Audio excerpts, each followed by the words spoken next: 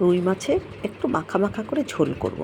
তো দেখো রুই মাছটা খুব ভালো মাছ, আর রুই মাছটা খুব বড় মাছ আছে। তো যাই হোক, মাছগুলো কেটেই আনা হয়েছে, ধুয়ে পরিষ্কার করে নিয়েছি, নুন হলুদ মাখিয়ে নিয়েছি।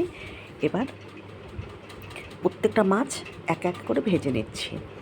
আর খুব একটা মশলা দিয়ে করব না, মোটামুটি একটা মশলা দিয়ে বানাবো, কেননা গরম পড়তে শুরু করে দিয়েছে। শুধু রুই মাছটা খুব ভালো এনেছে, তার জন্য একটু পেঁয়াজ দিয়ে রান্না করব। তো যাই হোক, হালকা পাতলাভাবেই। আর দেখো, আমার মিক্সিটা ডিস্টার্ব করছে, তার জন্য সব কিছু আমি হাতে গ্রেটারে ঘষে ঘষে নিয়ে করছি। পেঁয়াজ, রসুন, আদা সমস্ত কিছু আমি ঘষে নিলাম। আর দেখো, একটা বাটিতে গুঁড়ো মশলা রেডি করে নিয়েছি। জিরে, ধনে, লাল লঙ্কার গুঁড়ো, কাশ্মীরি লঙ্কার গুঁড়ো, হলুদ সমস্ত কিছু একটা বাটির মধ্যে গুলে নিয়েছি। আর এদিকে বড় বড় দুটো টমেটো নিয়েছি। দেখো, মাছগুলো থেকে বুঝতেই পারছো রুই মাছটা কিন্তু খুব ভালো। তো যাই হোক, এবার মাছ ভাজার ওই তেলে আমি একটু জিরে ফোড়ন দিয়ে দিলাম। জিরে ফোড়ন দিয়ে মাছে আমি আলু দেবো, সেই আলুটা একটু ভেজে নেব। আলুটা ভাজার সময় কিন্তু ওর মধ্যে বেশি একটা তেল ছিল না, তো ওর মধ্যে আবারও একটু আমি তেল দিয়ে নেব। এই আলুর উপরেই আমি তেলটা ঢেলে দিচ্ছি। এবার একটু নুন দিয়ে দেবো, নুন দিয়ে হালকা হালকা করে আলুটা ভেজে নেব। একটু লালচে রং হলে আলুটা ভেজে তুলে নেব।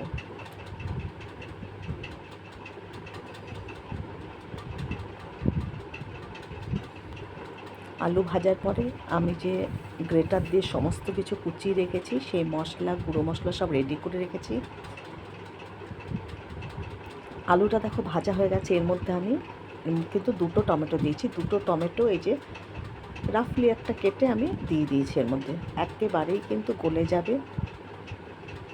সামান্য একটু নুন দিয়ে দিয়েছি। আর দেখো, এই মাছের ঝোলটা রান্না করবো আমি এই বোম্বাই লঙ্কা, এখানে দুটো তিনটে দেখছো, কিন্তু আমি এটা ঠিক অর্ধেকটা দেবো।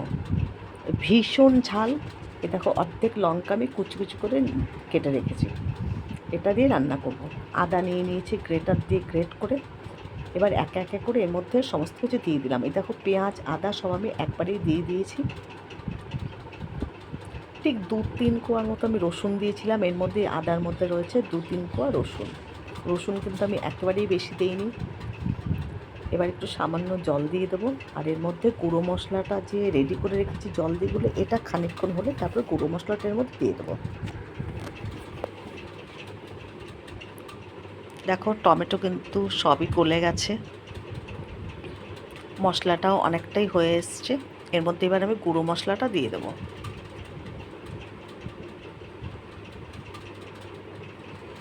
যে অনেকক্ষণ হয়েছে, মশলাটা গুলে রেখেছিলাম জলের মধ্যে,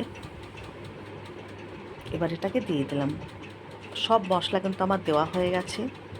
এবার এর মধ্যে আমি সামান্য একটু জল দিয়ে খুব ভালো করে কিন্তু কষাবো। যতক্ষণ না মশলার গা থেকে তেল বেরোচ্ছে ততক্ষণ পর্যন্ত মশলাটা আমি কষিয়ে যাব।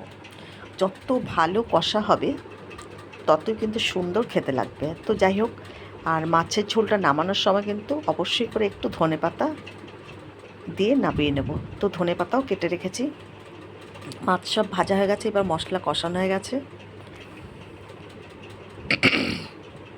দেখো, তেল চতুর্দিকে বেরিয়েছে।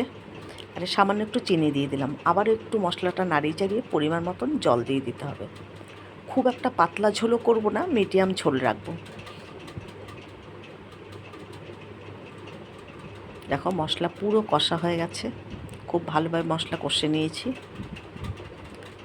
এইভাবে মশলা কষালে কিন্তু একেবারে কাঁচা গন্ধটা থাকে না। তো যাই হোক, পরিমাণ মতন এবার আমি জল দিয়ে দিলাম। আরও জল দেবো এর মধ্যে।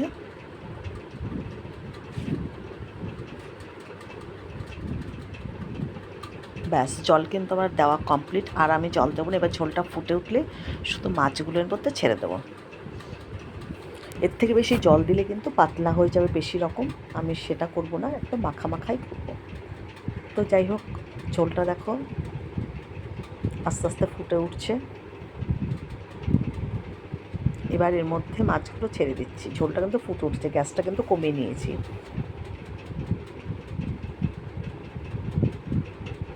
এখানে কিন্তু আমার অনেকগুলো মাছ রয়েছে, প্রায় 14টা পিস রয়েছে। তো যাই হোক, মাছটা এতটাই ভালো যে পেটিগুলো খুব মোটা মোটা। রুই মাছের এই পেটিটা খুব মোটা মোটা বেরিয়েছে এবার। এর মধ্যে কিন্তু ডিম এক ছিটেও ছিল না, তেলটাও দারুণ বেরিয়েছে। তো যাই হোক, এই দেখো আমি ধনেপাতা কুচিয়ে নিয়েছি। আমার ঝোল কিন্তু টকবক করে ফুটে উঠেছে, আর মাছের ঝোলটাও পুরো হয়ে গেছে। এরপর ধনেপাতা